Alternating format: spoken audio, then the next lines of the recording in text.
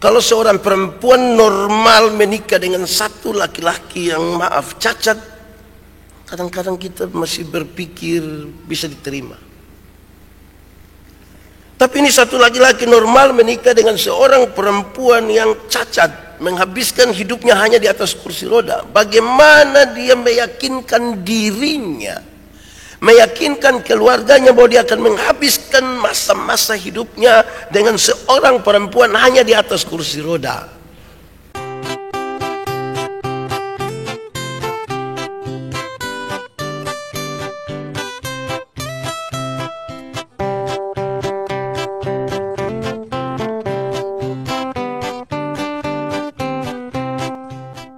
Bapak Ibu saudara-saudara, mari kita berdoa untuk pemberitaan firman Tuhan. Mari berdoa. Ya Tuhan Allah, kami mohon kepadamu, kuatkanlah dan teguhkanlah iman kami, supaya kami membaca firman-Mu dengan baik. Dengan iman kami merenungkan firman-Mu, dan oleh kekuatan Roh Kudus kami dimampukan untuk melakukan kehendak firman-Mu. Kami tinggal di dalam keluarga kami, dengan semua dinamika yang Tuhan izinkan terjadi di dalamnya.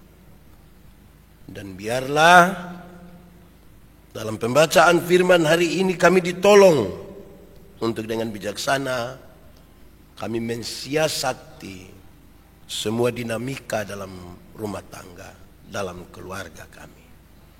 Terima kasih banyak ya Bapa, jauhkanlah semua penggoda pencobaan, biar dalam damai-Mu kami belajar firman Tuhan. Kami rindu pada firman-Mu.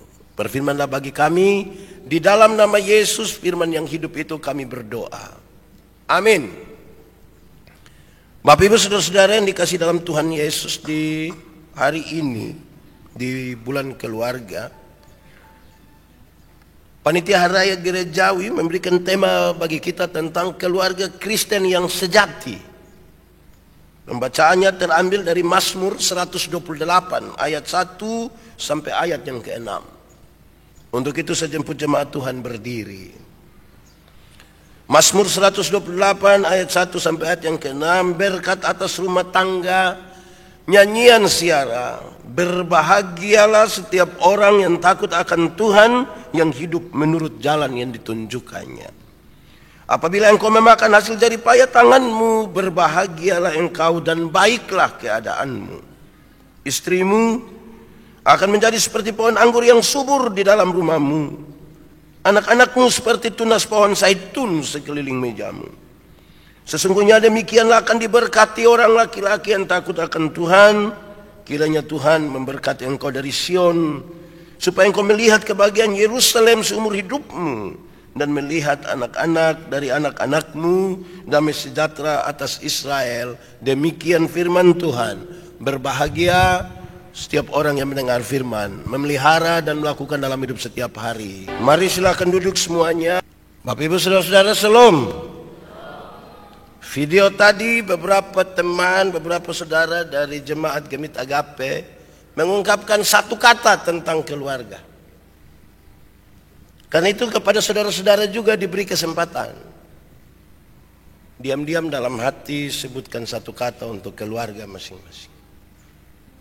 Mungkin kata itu adalah sesuatu yang sementara saudara alami, tapi mungkin kata yang saudara ucapkan itu adalah kata yang sementara saudara gumuli. Mungkin yang saudara sementara alami sekarang dalam keluarga, saudara ingin mengatakan jahat.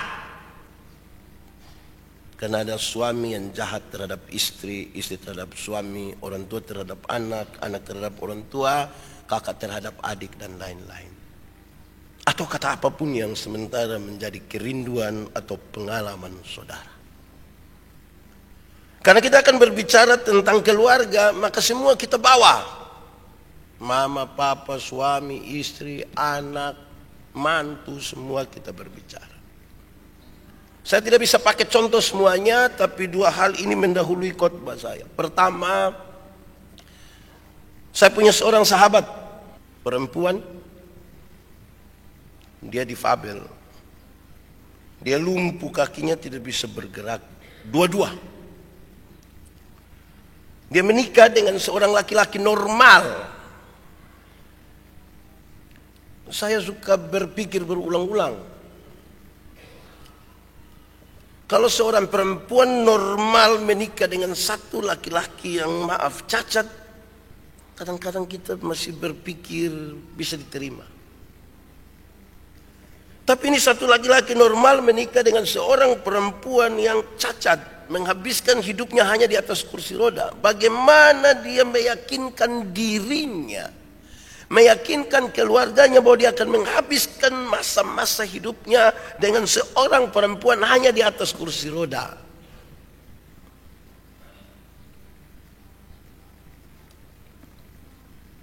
Beberapa kali atau lebih pantas disebut berulang-ulang saya menemukan mereka kalau ada acara yang laki-laki ini bawa istrinya ke acara itu, bukan saja dia kasih tinggal, dia tunggu. Bukan saja tunggu, tapi kemudian dia muat kembali istrinya di kendaraan bawa pulang. Mereka punya satu kontrakan kecil, dia bangun satu lopo kecil di depannya. Dia buat ada taman bunga kecil, lampu-lampu kecil untuk mereka bersama-sama menjalani hidup. Saya kadang-kadang kalau pergi ke rumah mereka saya pikir berulang-ulang. Saya bayangkan apa yang saya pikirkan ini hal yang mungkin berat. Mereka punya 2 anak yang lari-lari ada di situ dan saya rasa mereka bahagia.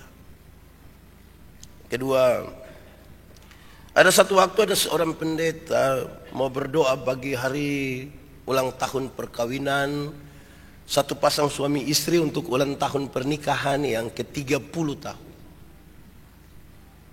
Sebelum berdoa pendeta bilang, Pak dan Ibu tolong ucapkan satu kalimat atau beberapa kalimat berkaitan dengan 30 tahun usia pernikahan. Yang ibu mengucapkan 1-2 kalimat. Tapi suaminya tidak mau mengucapkan apa-apa. Ketika diminta, Pak ucapkan saja sesuatu, dia tidak mau. Justru dia menangis sejadi-jadinya. Pendeta sadar bahwa dia tidak mau mengucapkan sesuatu, pendeta berdoa untuk 30 tahun perjalanan pernikahan mereka. Setelah berdoa, kemudian pendeta bertanya, Pak, kenapa tadi Pak tidak mau ucapkan? Kenapa justru Pak menangis tadi? Dan dia bilang begini, saya menangis karena 30 tahun yang lalu kami di sebuah pelaminan. Seorang laki-laki yang ganteng, seorang perempuan yang cantik, memakai pakaian terbaik dan disebutkan sebagai raja dan ratu. Kami penuh emosi untuk ada dalam acara itu. Tapi itu sangat-sangat berbeda setelah kami menjalani 30 tahun.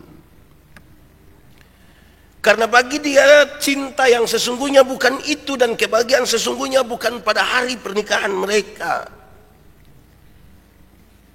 Tetapi pada hari sakitnya.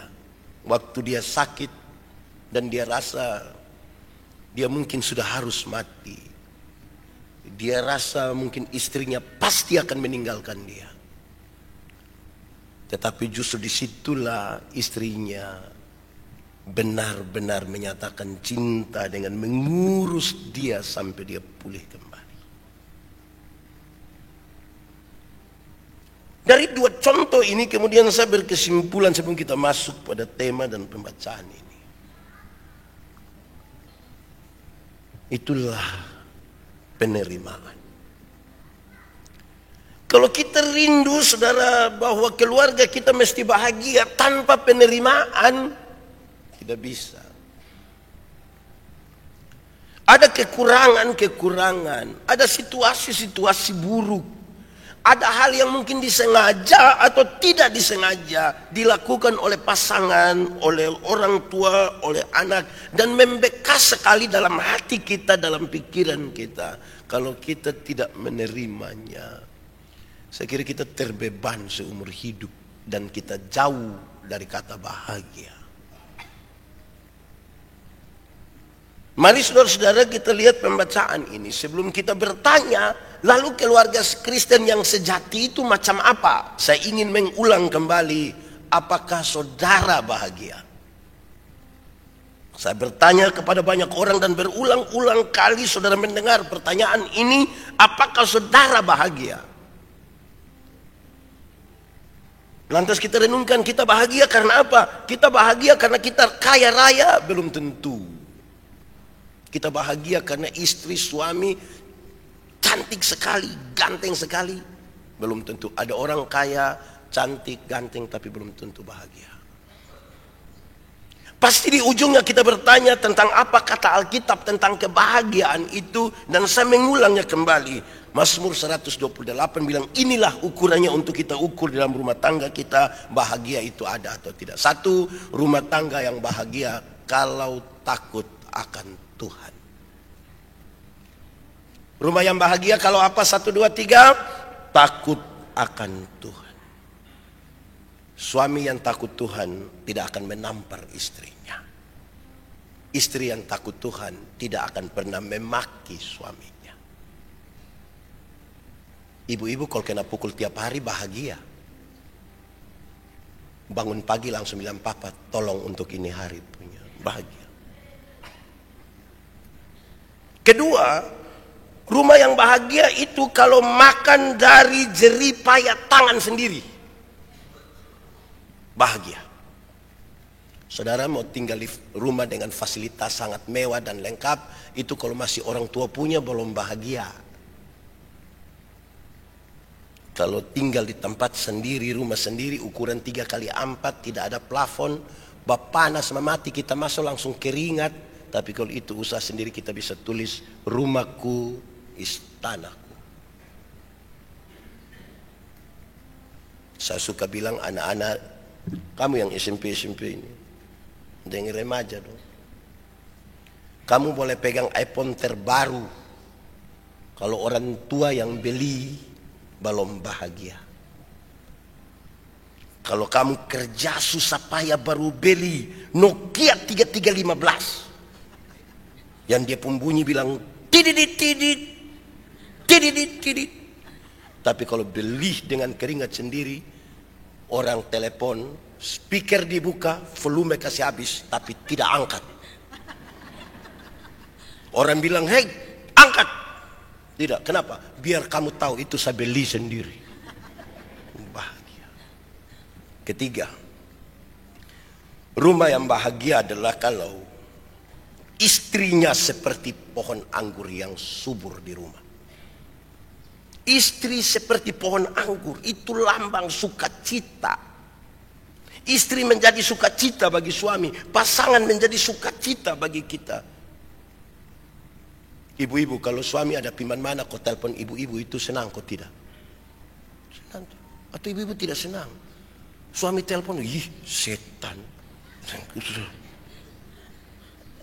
Bahagia. Justru kalau kita tidak telepon kan tanya, di mana sah? Kenapa tidak telepon? Soalnya ada signal. Ih, pusing kita. Istri seperti pohon anggur yang subur. Jadi biar dia mau berangkat pi Singapura, pi Malaysia, pi Surabaya, pi Jakarta, pi di Bali, tidur di hotel bintang 5, spray dari Sutra, sarung bantal dari Sutra, selimut dari Sutra, berbau harum sekali, dia tidak lupa sarung bantal di rumah. Walaupun mungkin bau ludah, tapi kan bahagianya ada di situ. Ya. Istri seperti pohon anggur yang subur. Dia punya badan mau subur kok tidak, itu soal nomor 2. Jangan terlalu dipikirkan itu dia pakai suburan itu. Bahagia. Keempat, rumah yang bahagia adalah kalau anak-anaknya seperti tunas-tunas pohon zaitun di sekeliling meja. Pohon zaitun itu menghasilkan minyak zaitun, dan salah satu fungsi terbaik dari minyak zaitun adalah menyembuhkan luka.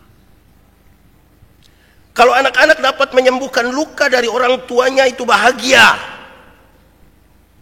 Menyembuhkan luka itu ada 2. Satu, kalau harapan-harapan dan cita-cita orang tua dapat dipenuhi oleh anak-anaknya, bahagia. Tadi kita menyanyi lagu di doa ibuku. Saya membayangkan kalau kita punya mama sudah tidak ada, pasti itu lagu menarik kita untuk berpikir, mama pernah harap apa dari saya ya? Papa ini pernah harap apa? Saya sudah tepati kok tidak. Kedua, menyembuhkan luka itu bisa juga berarti lebih harafiah. Kalau orang tua sudah di kursi roda, sudah di tempat tidur karena sakit tidak bisa bergerak lagi karena masa tuanya. Dan kalau masih ada anak-anak yang sempat mengurus orang tuanya, bahagia. Anak-anak, saya berharap orang tua karena sakit tidak bergerak dan sangat membebani saudara, jangan bertengkar karena dia, apalagi itu di dekat-dekatnya. Dia sakit hati itu. Jangan saudara, itulah 4 hal yang Alkitab kasih tahu kita kalau mau bahagia dan sejati itu ada di situ. Mari sekarang kita masuk saudara pada pertanyaan.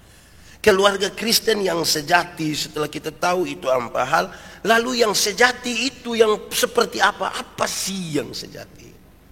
Dan saudara-saudara, ternyata yang sejati dari sebuah keluarga Kristen adalah takut akan Tuhan.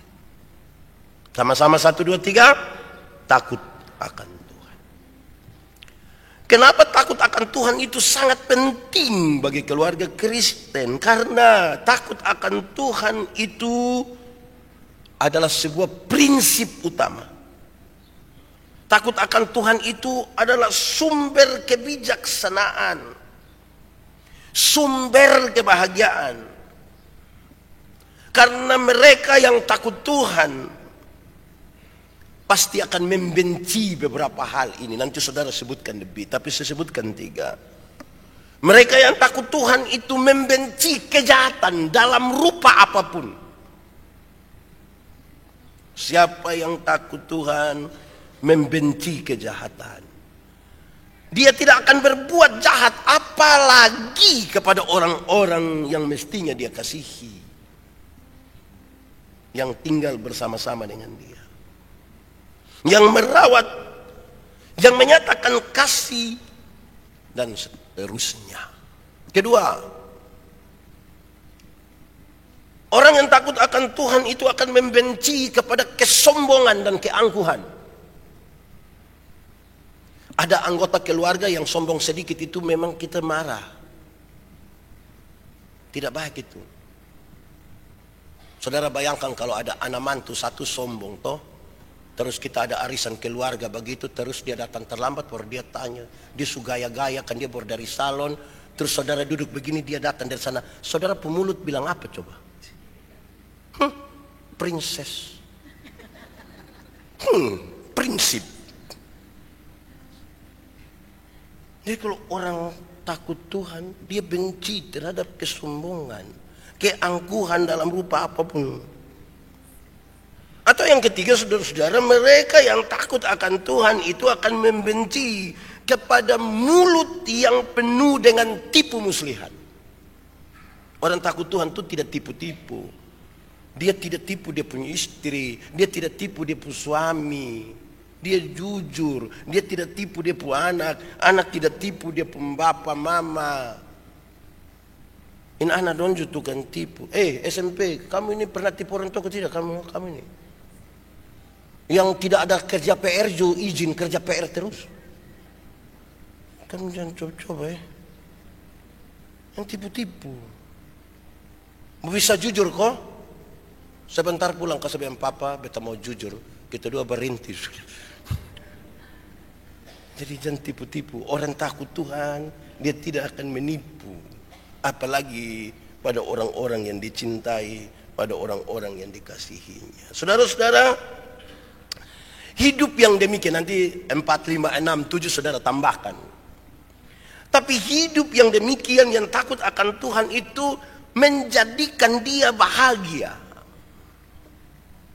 menjadikan keluarganya bahagia, dan memberi dampak pada tempat, pada dunia, dan pada orang-orang yang ada di sekitarnya. Bagaimana lebih nyata kita melihat keluarga yang takut akan Tuhan. Keluarga-keluarga yang takut akan Tuhan akan menjadikan Tuhan menjadi kepala atas rumah tangga mereka. Mereka akan taat kepada firman dan tuntunannya. Dan oleh karenanya, kepada mereka diberikan satu, kepada mereka diberikan sukacita dalam pekerjaan. Sukacita. Sehingga pekerjaan itu mendatangkan berkat. Dia akan bekerja dengan jujur.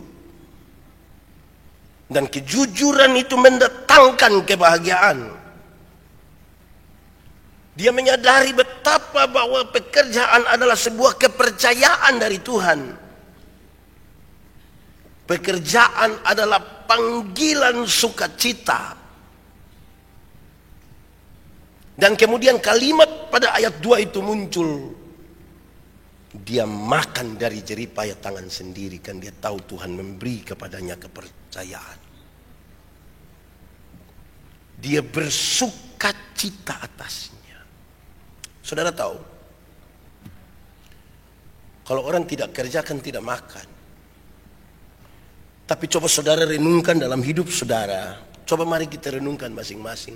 Ada berapa kali karena pekerjaan kita bertengkar?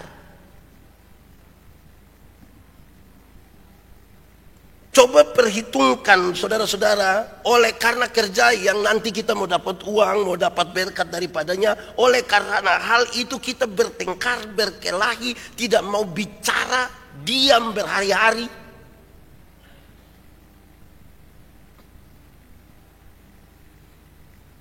Separuh bilang, daripada kau duduk lelu pemuka begini lebih baik kerja.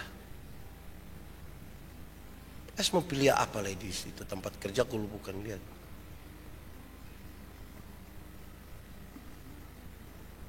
Pekerjaan oleh karena orang yang takut Tuhan dan melihat bahwa itu kepercayaan. Dia tidak karena pekerjaan melegitimasi dia untuk bertengkar, berkelahi, menghina, mengabaikan atau hal-hal lain pada keluarga. Kedua, takut Tuhan itu memungkinkan orang diberi kesempatan untuk dalam hubungan suami istri membuat mereka bahagia. Padahal sebenarnya pasangan suami istri itu tidak ada yang sempurna. Saya kasih nikah banyak pasang nikah, terus saya tanya, besok kamu dua mau menikah? Iya. Kapan cerai? Dia bilang, kenapa tanya begitu? Iya. Kami tidak akan cerai pendeta. Oke, ada banyak pasangan juga bilang begitu waktu hari pertama. Tapi dalam perjalanannya mereka bilang sudah tidak bisa. Atau kalau terpaksa tidak harus bercerai, mereka hanya menyatakan kami tinggal serumah. Ini hanya karena anak-anak saja sudah jalan. Saya tanya, suka dia? Iya. Suka dia apa? Dia hati. Oh, hati saja. Kaki tidak. Kaki juga Bapak, dari ujung kaki sampai ujung kepala. Iya. Saya bilang, saya senang itu jawaban. Suka dia hati, suka dia tubuh dari ujung kaki sampai ujung kepala. Tapi ingat, di dalam dia perut itu ada hal yang engkau tidak suka. Ada yang tidak baik yang engkau akan temukan di dalam perjalanan hidup. Lalu apa yang terjadi? Nanti ketika hal-hal itu mulai nyata, takut Tuhan ini menjadi jawaban sebagai bentuk kebijaksanaan mengelola hal-hal yang kita temukan ternyata tidak pas. Yang nikah dorang itu kan nanti kita ini tidak mau sakit, tapi karena namanya kita pun tubuh ini, fisik ini kan nanti kalau lama-lama aus, lama-lama sakit. Istri mulai mengeluh asam urat, angkat tangan sedikit kayak ada bunyi ayam di belakang. Tuh dia mulai kasih tahu pengeluhan-pengeluhan, lantas kita bilang, "Hei, kok perasaannya tadi kuliah lu pernah sakit mah. Sekarang sakit, coba mak hitung. 1 bulan ini kita berapa kali pi tempat klinik." Istri bilang, "Tiap hari." Nah itu. Kenapa bisa begitu? Kan klinik dong punya toh. Jadi dong pi tiap hari. Takut Tuhan. Lalu dari takut Tuhan itu menghasilkan 2 hal. Yang menunjukkan inilah kebutuhan utama dari seorang istri dan kebutuhan utama dari seorang suami. Apa kebutuhan terutama dari seorang suami? Dihormati. Hai istri-istri, tunduklah kepada suamimu. Dia mau salah bagaimana, jangan marah dia di muka umum. Tapi jangan marah di muka umum, jangan pakai pengantar bilang lu tunggu kau pulang. Itu juga marah dia pun nama itu. Diam-diam tidak usah omong, hanya bilang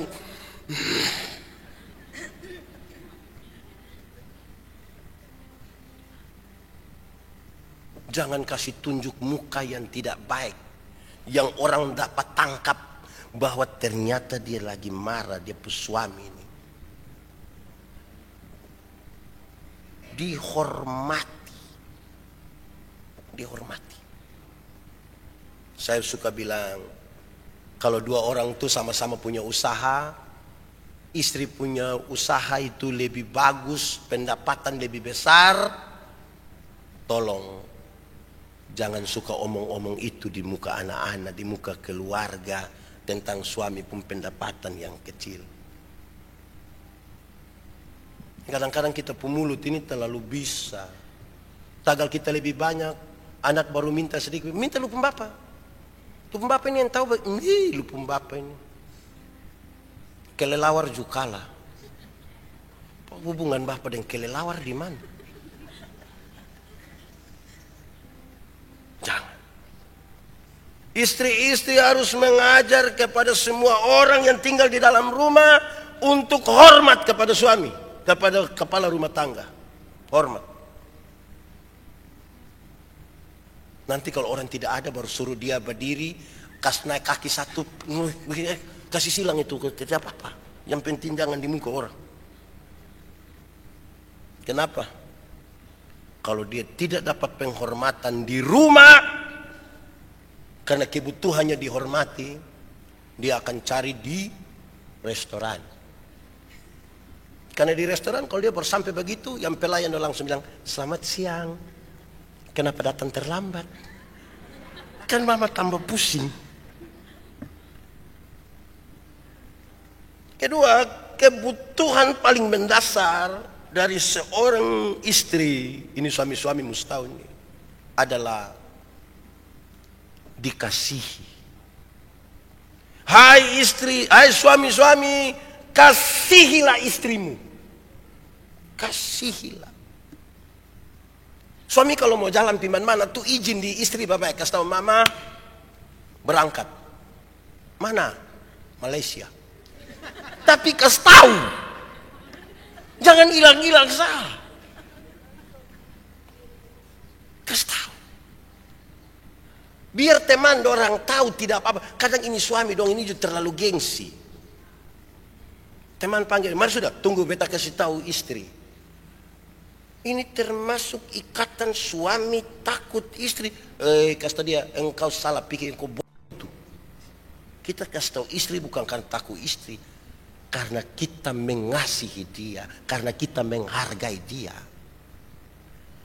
Mana kok kita tidak kasih tahu kita pu istri, kita mau kasih tahu orang lain pu istri.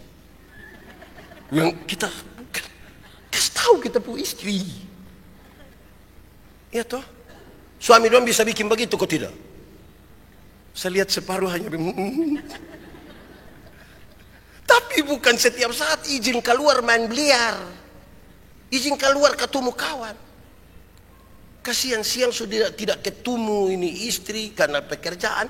Malam masih ketemu teman lain. Lalu istri. Padahal saudara tahu. Dulu waktu mau menikah dengan dia kan kita perjuangkan toh. Dia tinggal di Surabaya. Kita tinggal di Kupang. Kita perjuangkan terus di Surabaya. 1 minggu 8 kali pi. Saudara su perjuangkan begitu rupa. Su nikah kenapa sia-siakan dia? Kasih dia. Coba suami-suami lihat istri dulu. Ada yang dia pu istri. Coba lihat dulu. Perjuangkan dia. Ini su perjuangkan dia setengah mati. Kasih tinggal dia sendiri. Dia mau bawa omong dia sapa. Nanti dia punya grup WA yang ikatan alumni. Tambah banyak, saudara marah. Jangan, kita perjuangkan dia. Surugi.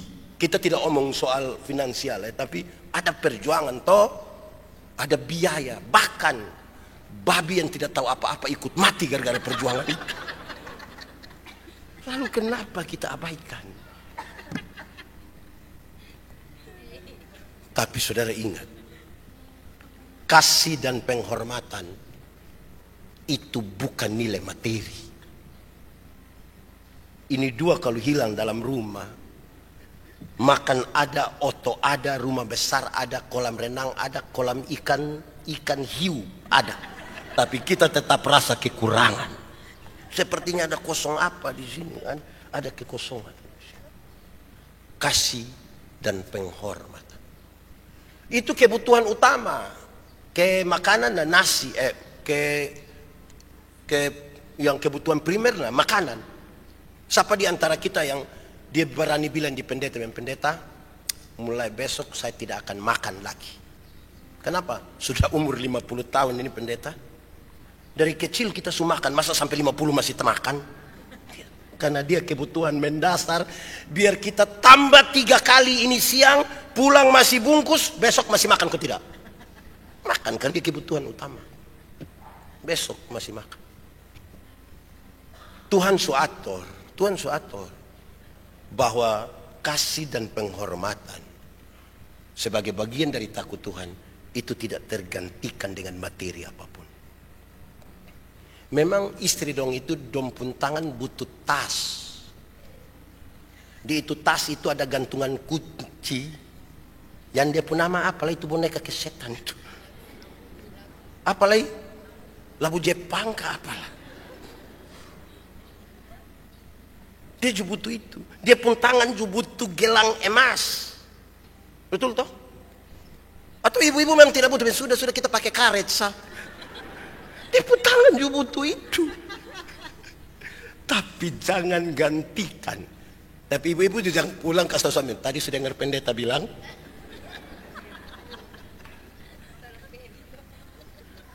Jangan gantikan kasih dan penghormatan itu dengan itu barang dan toh. Jangan. 4.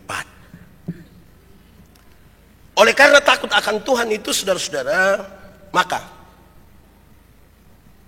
kalau Tuhan izinkan kepada kita diberikan keturunan, anak-anak dan semua, tugas kita adalah membuat mereka bahagia. Anak-anak ini tugas bikin orang tua bahagia. Hormatilah ayahmu dan ibumu supaya engkau yang bahagia.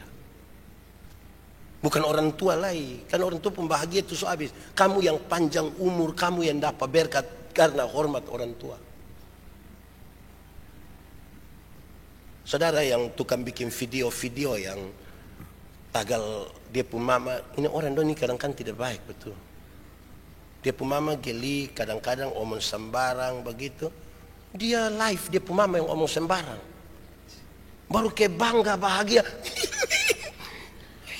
Ini anak ini kayak anak apa ini? Jangan. Kotompu mama mau ke mana pun itu kotompu mama toh. Yang remaja dong ini. SMP apa lagi? Bapak pendeta ini suka tanya remaja di Agape bilang, kamu anak-anak ini ada yang marah sedikit di orang tua, banting pintu kamar, ada? Oh rumah sana ada pintu?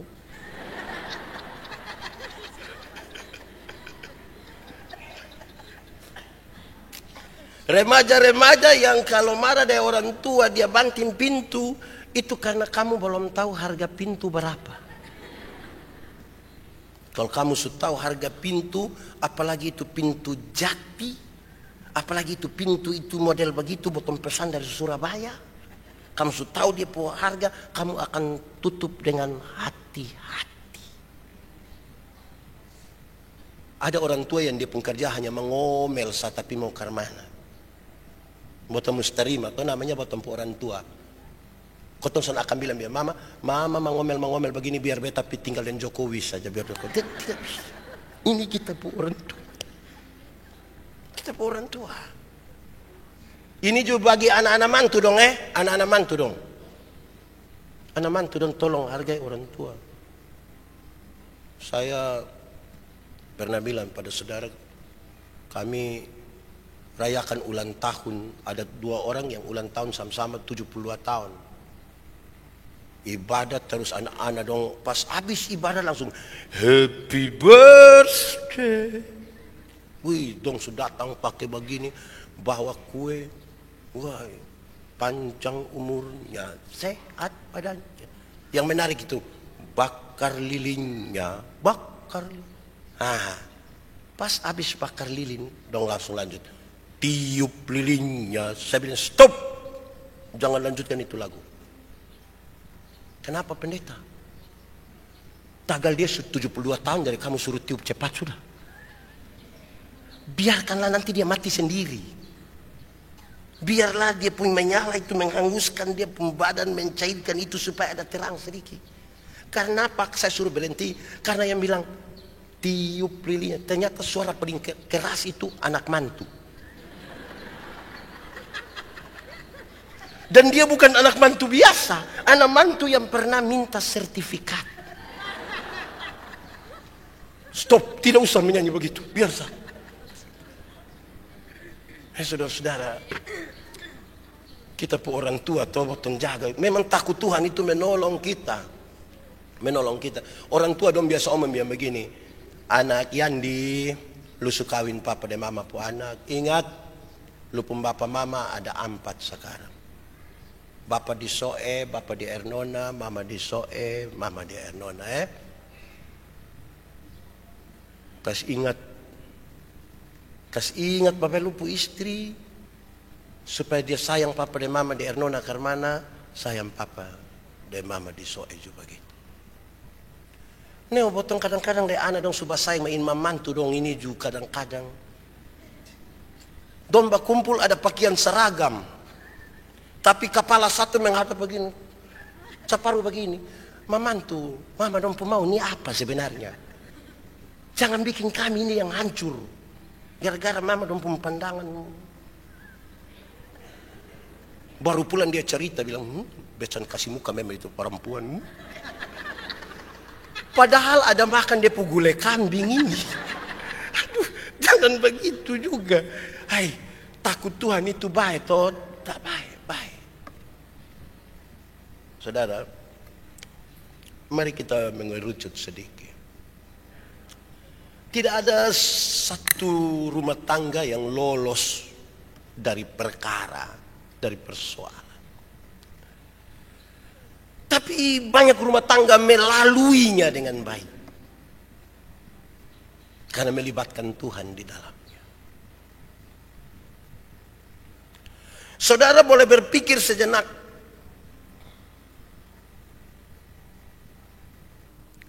Apa fungsi saudara di dalam rumah?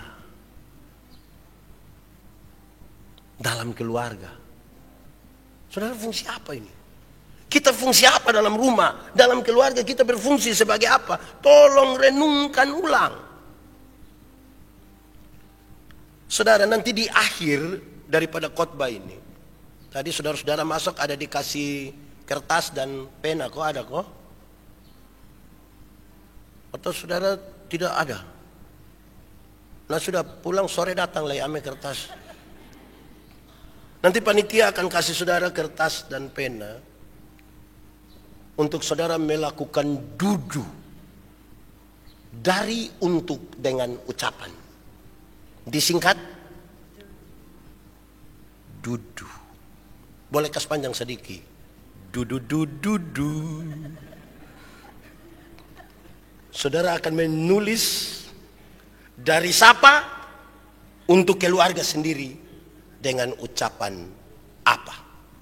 Tapi untuk keluarga sendiri Dari Yandi untuk keluarga Manobe. Ucapannya bagi-bagi berkat doh. Saudara-saudara menulis masing-masing sebentar. Nanti akan taruh di dalam envelope, isi di tanah. Itu sebentar. Tapi mari kita lalui ini. Apa fungsi kita dalam keluarga? Apakah kita memberi pengaruh supaya orang takut Tuhan atau tidak dalam rumah tangga kita?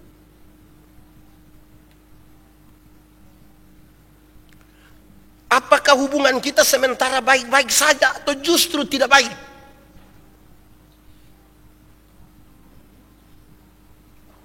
Ataukah mungkin sudah terlalu lama kita tidak saling menyapa antara orang tua dan anak, suami istri, kakak adik dan ipar-ipar. Mungkin kita tidak saling menyapa.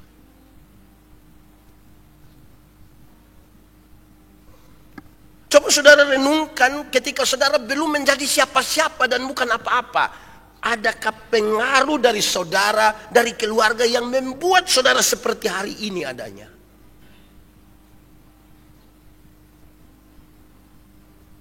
Coba saudara renungkan hari ini. Kalau ternyata saudara hidup tanpa mereka. Atau kalau lebih spesifik saya mau sampaikan. Kalau hari ini adalah hari terakhir saudara berjumpa dengan mereka. Hari ini adalah hari terakhir saudara ketemu mama, saudara ketemu papa, saudara ketemu anak-anak. Apa yang akan saudara ucapkan kepada mereka?